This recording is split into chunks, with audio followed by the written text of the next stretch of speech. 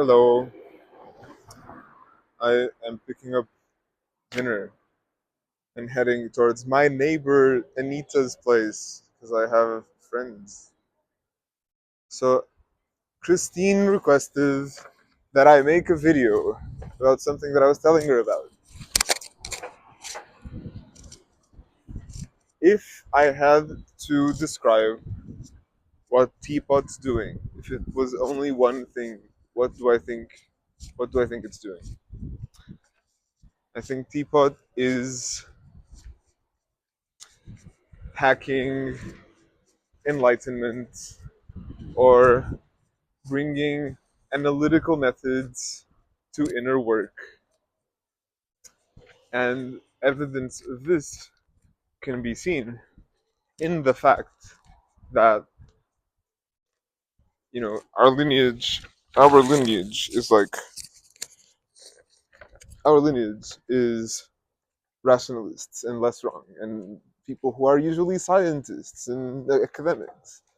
And they overcome the rigid assumptions of Bayesianism and trying to systematize everything and tackle life with the left brain and start noticing that introspection has a role, intuition has a role, that your body matters for living well and winning at arbitrary games. And so people start meditating and they start having their own takes on Buddhism.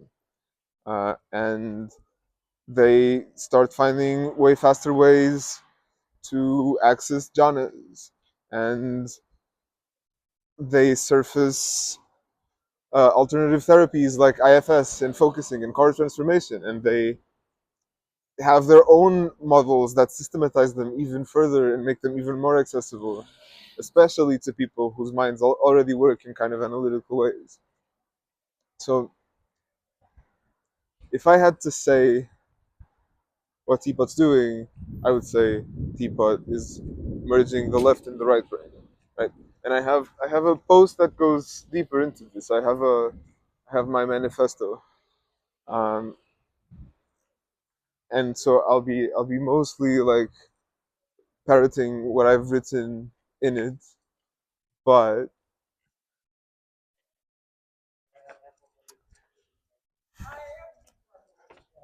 there's some sense in which Western society is like left brain locked, like cucked by the left brain and scientism, and being able to systematize things and describe them with propositional language, and anything that doesn't suit that method of thinking just is kind of left by the wayside, or not acknowledged.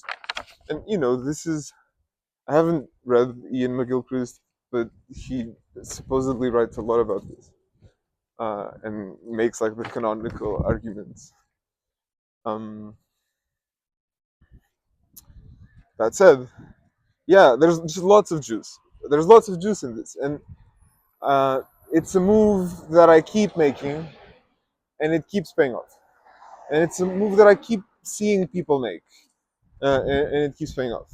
Right? It's like applying computer science metaphors in mathematical and analytical language to like these inner work things. Applying active inference to meditation, for example, in my opinion, makes a lot of difference, and you know might be the right way, or like the most effective method to do science on it also.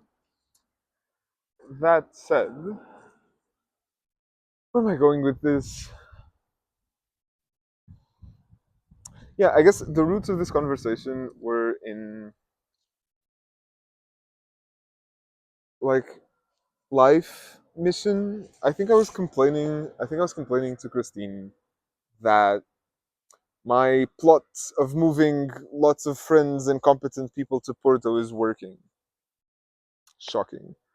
It is a bit shocking. Um, but also I get it. I get it. Porto's got a lot going for it. It's really pretty and cozy. The pace of life is like slower. I'm here.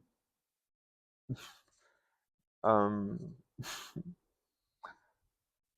and and so people are coming, and a few of them are even coming to work together with me on my project. But I feel like I want like a stronger, like overarching narrative for what happens when a bunch of people move to Porto, right? And maybe I don't need that. Maybe it's fine. Maybe it's fine that people just arrive because they sense goodness and the potential for community and recurring social interaction. And they just come and they make their own meaning. My God. But yeah, I was complaining that I don't have like an overarching narrative. Uh,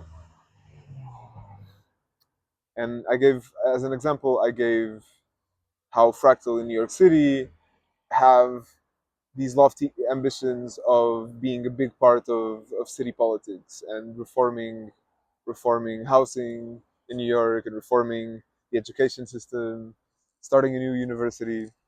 Uh, and I don't have those ambitions, and like city politics in Porto are kind of harder to hack. Um, but I could have different ones. And Christine made the comparison between politics and religion uh, as like two things that people end up focusing on. And yeah, I think I'd go for religion every day and every time. And then I remember that I have this whole thing, right? And also I've been thinking about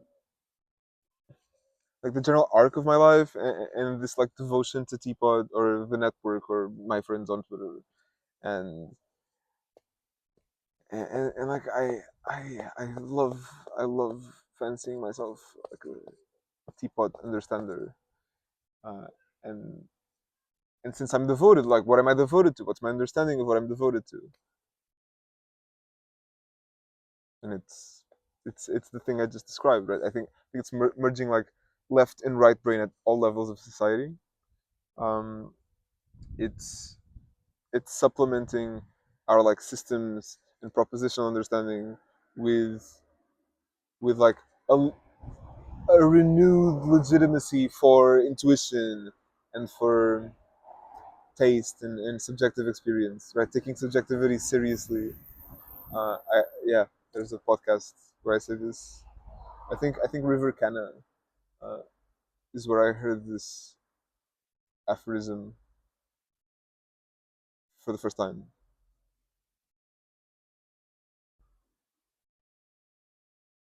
And in terms of call to action or next steps, I think lots of people are doing really good work. Like the Jana people, obviously. Um, Simply only the scenes like Fetter's work seems really promising.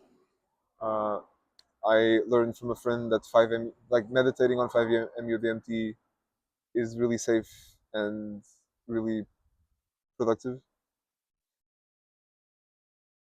Stuff like body work, like advanced like fascial release stuff, sacrocranial thingies. I'm sorry. Um, Qigong, fighting monkey, again, IFS focusing, multiple therapy modalities. These all seem like low hanging fruit and misunderstood by both really STEMmy left brainy people and society as a whole because they're hard to measure. So it just seems like there's low hanging fruit in art of accomplishment, right? Like teaching people how to work with their emotions. And it seems like mastery over your own system, or like mastery might even be like kind of a wrongish way to talk about it, but like alignment between yourself and the world, or like ease, um, flourishing for yourself, right? Just removing friction, removing error in your predictions and the way in which like you're in, making your interface with the world like smoother and richer and more joyful and so on, right? Like, you know what I'm talking about. Like, human flourishing, enlightenment, flow, reduction of suffering. And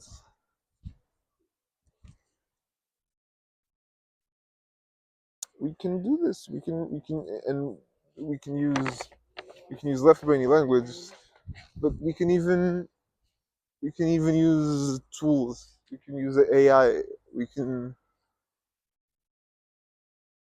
we can use we can make tools to accelerate these things. We can make tools for this really productive environment, these primordial pools of cross hemispheric alignment. Um, we can improve these tools, right? We can improve the ecosystem in which this work is done, right? And this is what I mean by applying AI to collective sense making. This is what I'm talking about when I talk about memetics. It's it's like it's out of love. It's out of love for this scene, out of love for this ecosystem that is probably bringing lots of suffering reduction and enlightenment to lots of people in expectation. That's what it's all about. Yeah, okay. This is my current best attempt at articulating why I'm doing what I'm doing and where I see it going and what's the most ambitious version of what we're doing here, me and my friends. All right. Thank you for watching. Goodbye.